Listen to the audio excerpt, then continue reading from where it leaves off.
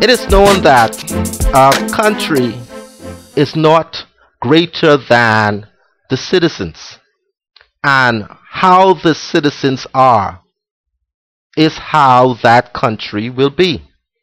And if you were to go into a beautiful country, a clean country, a country that is so magnificent, everything about it, the houses, the streets, the landscaping, everything about that country is astounding.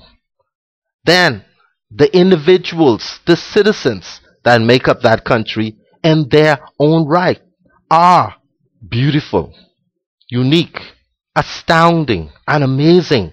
They complement one another. However, if you go into a country where there is chaotic murders, there is drug infested alleys, there are bombs and ghettos everywhere. The streets are filthy with trash and litter. The children have no manners or decency for their elders, let alone themselves. They treat each one with disrespect. That country, my friend, would be the last place on earth any sensible thinking person would want to be. Not that the country in itself is a bad place, but the individuals that make up that country made that country in such a state as it is that no one would want to visit that country. Now, compare that with the Bahamas. One time ago, our national slogan was, "It is better in the Bahamas." And indeed, we were the #1 touristic destination in the world. And somehow, and I'm talking about from the 80s up until now, somehow between that time, we have slipped. We have let go of our traditional values. We are not teaching as we used to. Those values are not being passed down from one generation to the next. And it is showing. Our country is slipping. The murder rate is increasing.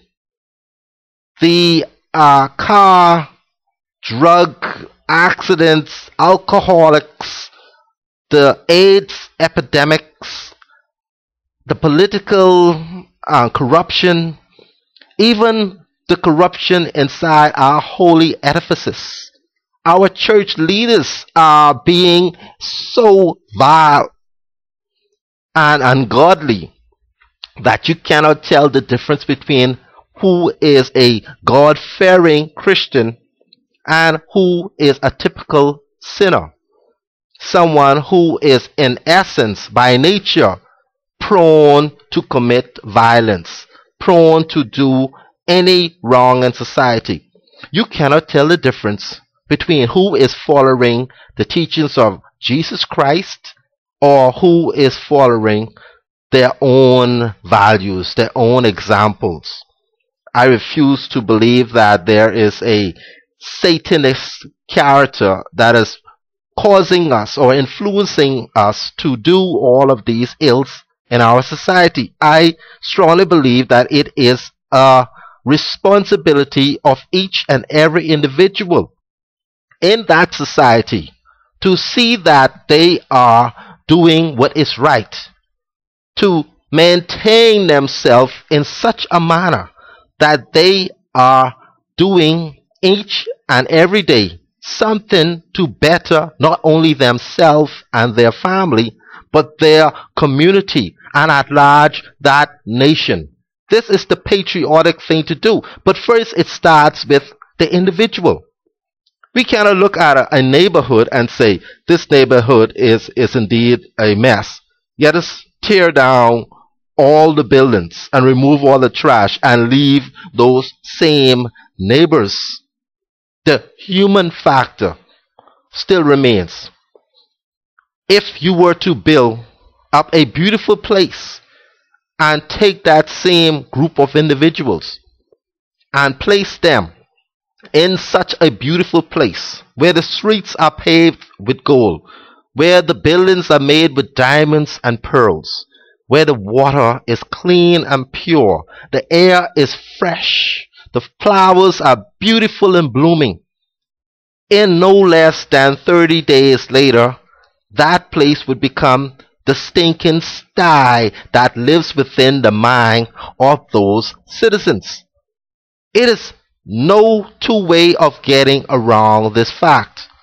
For a better country with good, sound moral values to remain and sustain itself, there must be citizens upstanding and upright with good moral values within themselves that are daily practicing these values, not being hidden away and to say that I am a good person, but your character is a secretive thing. No one could tell who you are. You are indistinguishable between one and the other.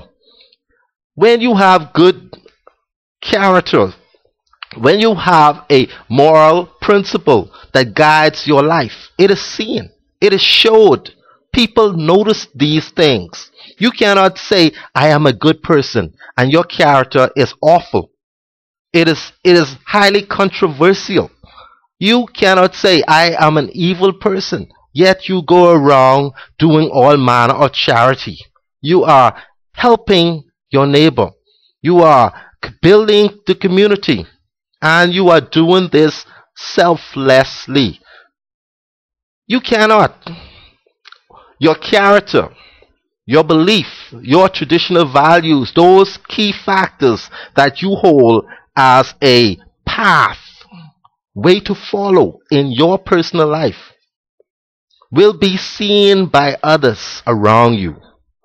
As you grow and maintain your personal values, as you hold those key and golden rules that say, I personally will not discriminate against others. I personally will not become intolerant of others' views. I shall respect not only myself, but I will respect others. I will respect their property. I will not covet my neighbor's items, my neighbor's wife, my neighbor's kids, my neighbor's car, my neighbor's house, and my neighbor's job. I will hold in high regard my community. I will say good morning, good evening, and good afternoon to whomever I meet, regardless of their individual views or ideologies. It does not matter. What matters to me is that I personally do my part. When there is a litter on the street, I will not sound my voice just in reproach. I will be proactive. I shall personally pick that litter up and see to it that that litter is placed in a trash container. Until next time, this is Chris Rolle, and you were in the Rolle Report.